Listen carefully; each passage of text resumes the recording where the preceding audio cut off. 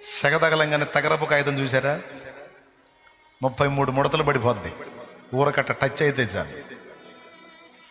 కానీ నువ్వు అలాగుండరాదు. ఒకవేళ యేసు వ్యక్తిత్వాన్ని బట్టి నువ్వు కనెక్ట్ అయితే నువ్వు బంగారం లాగుంటావు, బంగారం లాగా. అగ్ని తగిలే కొద్దీ షైనింగ్ పెరుగుతూ ఉంటుంది, సెగ తగిలే కొద్దీ సౌందర్యం పెరుగుతూ ఉంటుంది బంగారానికి.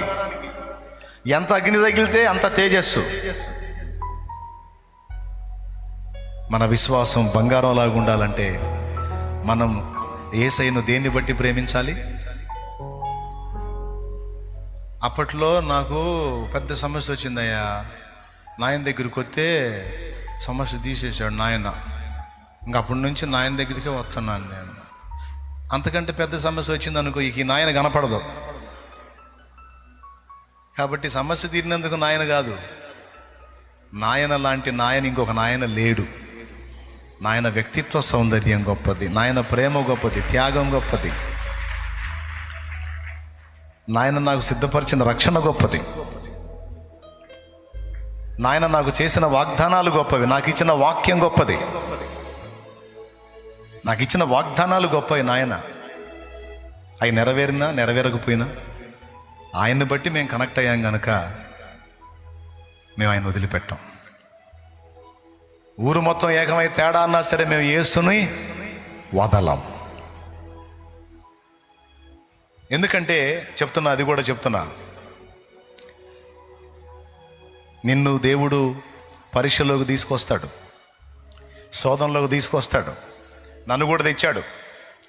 ఫస్ట్ నేను యేసుప్రభు సమస్యలను బట్టి నేను వెళ్ళినప్పుడు దేవుడు అద్భుతం చేసి సమస్యలను తీర్చాడు, ఊరట కలిగించాడు, ధైర్యాన్ని ఇచ్చాడు, ఆదరణనిచ్చాడు, బంధకాల్లోంచి విడుదలిచ్చాడు, స్వాంతననిచ్చాడు. తర్వాత దేవునికి కనెక్ట్ అయింది నా మనసు, ఆయన వ్యక్తిత్వాన్ని బట్టి కనెక్ట్ అయిందా లేదా, వీడు దేన్ని బట్టి కనెక్ట్ అయ్యాడు అని మళ్ళా శోధనలోకి తీసుకెళ్ళాడు. ఎలాంటి పరీక్షలు అంటే, మళ్ళీ ఫస్ట్ ఆల్రెడీ చిన్నప్పటి నుంచి శోధనలో నలుగుతున్నాం కదా, ప్రభు దగ్గరికి వచ్చినాక పరిష్కారం దొరికింది, అమ్మయ్య ఫ్రీ అయింది మనకి అనుకున్నాం. తర్వాత కొద్ది కాలం అలా ఫ్రీ కానిచ్చి మళ్ళా తీసుకెళ్ళాడు ఆటిల్లోకి.